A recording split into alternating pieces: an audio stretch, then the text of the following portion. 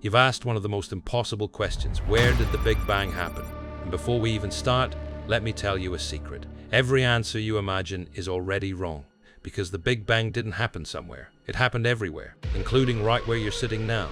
Imagine pressing rewind on the universe. Galaxies pull back, stars disappear, planets vanish. Space itself begins to shrink. The night sky folds in on itself like paper burned from the edges inward, collapsing toward an invisible center that doesn't exist. If you kept rewinding, if you could travel back past every atom, every photon, every whisper of radiation, you'd reach a time when everything was the same. No edges, no shapes, no emptiness between things, just a single hot, dense sea of energy. But here's the first twist. That sea wasn't floating in space. It was space. Space didn't exist before the Big Bang, it was born with it. So asking where did it happen is like asking what's north of the North Pole. The question itself breaks the rules of reality.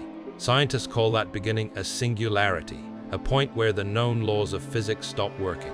But the word point is misleading. There wasn't a little dot floating in blackness waiting to explode. The Big Bang wasn't an explosion in space, it was an expansion of space. Every part of the universe, every atom, every galaxy that exists today was once compressed together, not in a corner of the cosmos, but in the entirety of it. Think of it this way.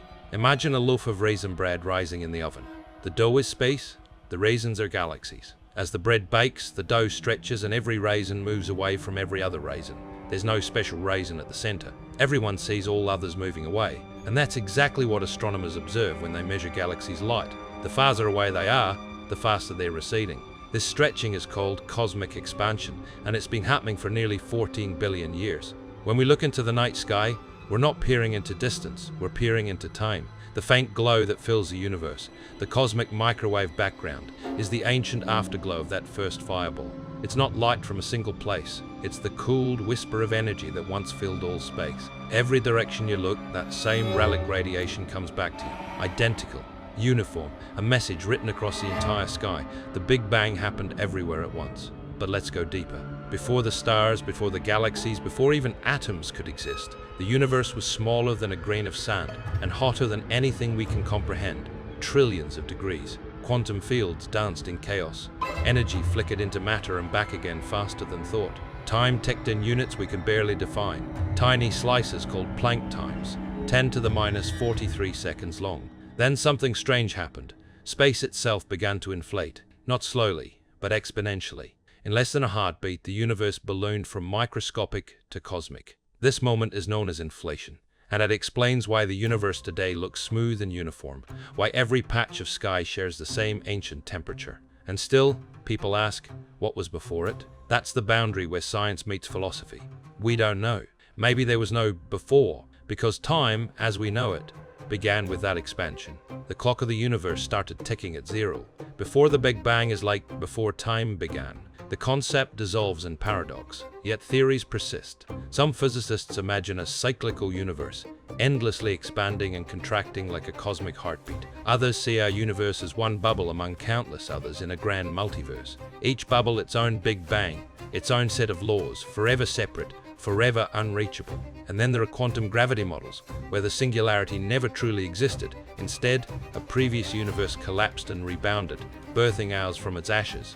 But even those ideas share one truth. The Big Bang didn't erupt into something. It created the something itself. Every meter of space, every second of time, every law of physics you depend on, all unfolded from that first act of creation. Now, picture yourself standing in a vast field under a clear night sky. You look up and see stars scattered like salt across darkness. But that darkness isn't empty. It's the stretched, thinned-out echo of the original fire. The very space between you and the stars is still expanding. Every breath you take happens inside a universe that's still unfurling. The Big Bang wasn't a one-time explosion. It's a process still unfolding, everywhere, every second. Astronomers can even measure it. Galaxies are moving apart, not through space, but with space. When they measure that movement, they find it speeding up, driven by something mysterious we call dark energy. We don't know what it is. We only know it makes the universe expand faster the more it stretches, like an invisible accelerator pedal pressed by the cosmos itself. This discovery changed everything. It told us that not only did the Big Bang happen everywhere, it's still happening, right now. Space continues to create more of itself, carrying galaxies farther apart until one day, billions of years from now, the night sky may go dark. Distant galaxies will slip beyond our view as their light stretches out of visibility. Future beings, if they exist, might never know a universe filled with stars. They'll look up and see only blackness, never realizing they live inside the same great expansion we witness today. So when you ask where the Big Bang happened, the truest answer is here. The Earth, the Milky Way, every corner of the cosmos, all occupy the same kind of space that once existed at the beginning. Every particle in your body was once part of that primordial flash. The calcium in your bones, the iron in your blood, the carbon that makes you human, all forged from stardust that came from atoms born in that initial burst of energy. You're not just a witness to the Big Bang, you're its descendant. You are a continuation of it. Pause for a moment and let that sink in. The heat you feel from sunlight is ancient energy that began its journey 13.288 billion years ago. The atoms in your hand are cosmic fossils, survivors of creation's first seconds. You're touching the echo of eternity. Now imagine that expansion from another angle.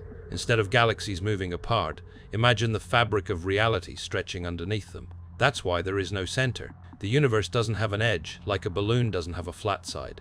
If you lived on the surface of that balloon, every point would seem like the center because every point is moving away from every other. The universe works the same way, but in 3 dimensions. And here's something even stranger. The more the universe expands, the faster it expands. Galaxies aren't speeding through space, they're being carried by space. There's no friction, no resistance, just the steady, unstoppable growth of reality itself. What began as a flash smaller than an atom now spans 93 billion light years across, and it's still growing. We don't see the edge because there is no edge to see. Our telescopes capture faint microwaves from that first light, a cosmic static that fills the heavens. It's everywhere, the background noise of existence, the afterglow of creation. That's the proof that the Big Bang didn't happen far away.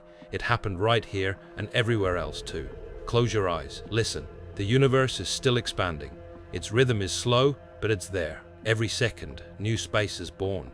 Galaxies drift further. Time itself stretches thinner. The Big Bang wasn't the beginning of something inside the universe. It was the beginning of the universe inside nothing, a creation event without a location. Yet, this scientific narrative doesn't stand alone in human understanding. For millennia, religions have offered their own profound visions of creation, weaving stories that address not just the how but the why of existence. These perspectives often transcend the material, inviting us to consider purpose, divinity, and the human soul amid the cosmic drama. Let's explore how major religions view the origin of the universe, and how some harmonize with or challenge the Big Bang story.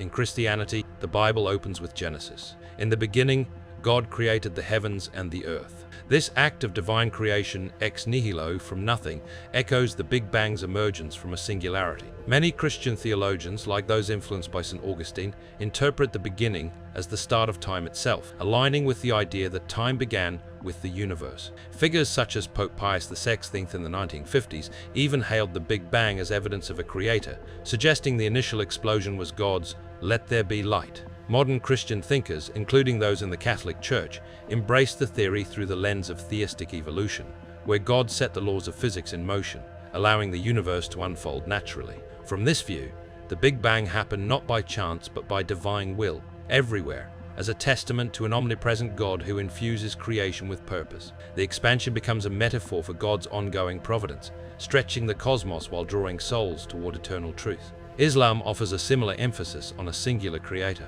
The Quran states, "He is the originator of the heavens and the earth," 6101, describing Allah as bringing the universe into being from nothingness. Islamic scholars like Al-Ghazali pondered the nature of time and causality, arguing that the universe has a definite beginning, much like the Big Bang model. In the Quran, verses speak of the heavens and earth being joined together before being split asunder, 21,000, which some modern Muslim scientists interpret as a poetic allusion to the Big Bang's initial dense state expanding outward. The uniformity of the cosmic microwave background resonates with Islamic ideas of Tawhid, divine unity, where the universe's seamless design reflects Allah's singular essence. For Muslims, the Big Bang didn't occur in a void. It was commanded by Allah's word, be, kun, happening everywhere as an expression of His infinite power and mercy. This perspective adds a layer of reverence. The ongoing expansion is a sign for believers to reflect on, reminding them of the day of judgment when the universe will contract and renew. Hinduism presents a more cyclical view, contrasting yet complementing the linear Big Bang narrative. In texts like the Rig Veda, creation emerges from a primordial cosmic egg, Hiranyagarbha, or through the breath of Brahman, the ultimate reality. The universe undergoes endless cycles of creation, srishti, preservation, and dissolution, pralaya, each lasting billions of years, kalpas that dwarf the 13 to an 8 billion year timeline. Some Hindu philosophers see the Big Bang as one such cycle's explosive start, with the singularity akin to the undifferentiated Brahman from which all diversity arises. The expansion mirrors the unfolding of Maya, the illusion of separateness, while dark energy could evoke the dynamic play of Shiva's dance of destruction and renewal. From a Hindu perspective, the Big Bang happened everywhere because everything is Brahman. There is no outside to creation. It's not a one-off event, but part of an eternal rhythm where souls reincarnate across cycles, seeking moksha amid the cosmic flux. Buddhism, with its focus on impermanence and interdependence, approaches origins differently. The Buddha often avoided definitive answers on the universe's beginning, calling such questions unanswerable and distractions from ending suffering. However, Mahayana texts describe universes arising and dissolving in vast kalpas, born from collective karma and emptiness, shunyata. The Big Bang's singularity might align with this emptiness, a void pregnant with potential from which form emerges. In Tibetan Buddhism, the Kalachakra teachings depict cyclical cosmologies with big bangs and big crunches driven by elemental winds. Here, the event happened everywhere because all phenomena are interconnected. There's no central point, just dependent origination. The expansion symbolizes the spreading of Dharmic truth, urging mindfulness in a transient cosmos where attachment to where or when leads to illusion. Judaism, rooted in the Torah, mirrors Christianity's creation story. In the beginning, God created, Genesis 1001. Kabbalistic mysticism delves deeper, with concepts like tzimtzum, God's contraction to make space for creation, evoking the Big Bang's inflationary burst. Medieval scholars like Maimonides reconciled faith with Aristotelian cosmology, and today many Jewish thinkers view the Big Bang as God's method, with the cosmic microwave background as echoes of divine speech. The event occurred everywhere, in the infinite presence of the Shekinah, God's indwelling glory, blending science with the sacred narrative of a purposeful universe. Other traditions, like Sikhism, affirm a creator god Waheguru, who willed the universe into existence from a formless void, with hymns in the Guru Granth Sahib describing expansion and contraction. Indigenous perspectives, such as those from Native American or Aboriginal Australian cultures, often see creation as emerging from a dream time or great spirit, where the land and sky are alive with ancestral energies, making the Big Bang a scientific lens on timeless stories of interconnected emergence. These religious views don't contradict science outright. Many find harmony, seeing the Big Bang as the mechanism through which the divine acts. Others maintain metaphorical interpretations, prioritizing spiritual insight over empirical details. In this tapestry, the question of where transcends physics, inviting wonder about meaning. Some call it divine, others call it physics. But either way, it's awe. It's the realization that everything that ever was, everything that ever will be, began as one, a single equation. A moment so dense with potential that it contained you, me, and every possible future, long before atoms or light or time. And maybe that's the real beauty of it. We search for where the Big Bang happened as if it's somewhere far away, when the truth is it's the most intimate thing imaginable. It's inside you. It's in the pulse of your heart, the firing of your neurons, the warmth of your skin. You're built from its aftermath, carried forward by its expansion, destined to fade with its cooling. You are the universe remembering itself. So the next time you look up at the night sky, remember this. You are not standing beneath the Big Bang. You're standing within it. The galaxies aren't moving away from some central explosion. They're riding the tide of creation that still flows through every inch of space. The question where doesn't belong anymore. The Big Bang didn't happen in one place. It is the place. It's the reason there's a where at all.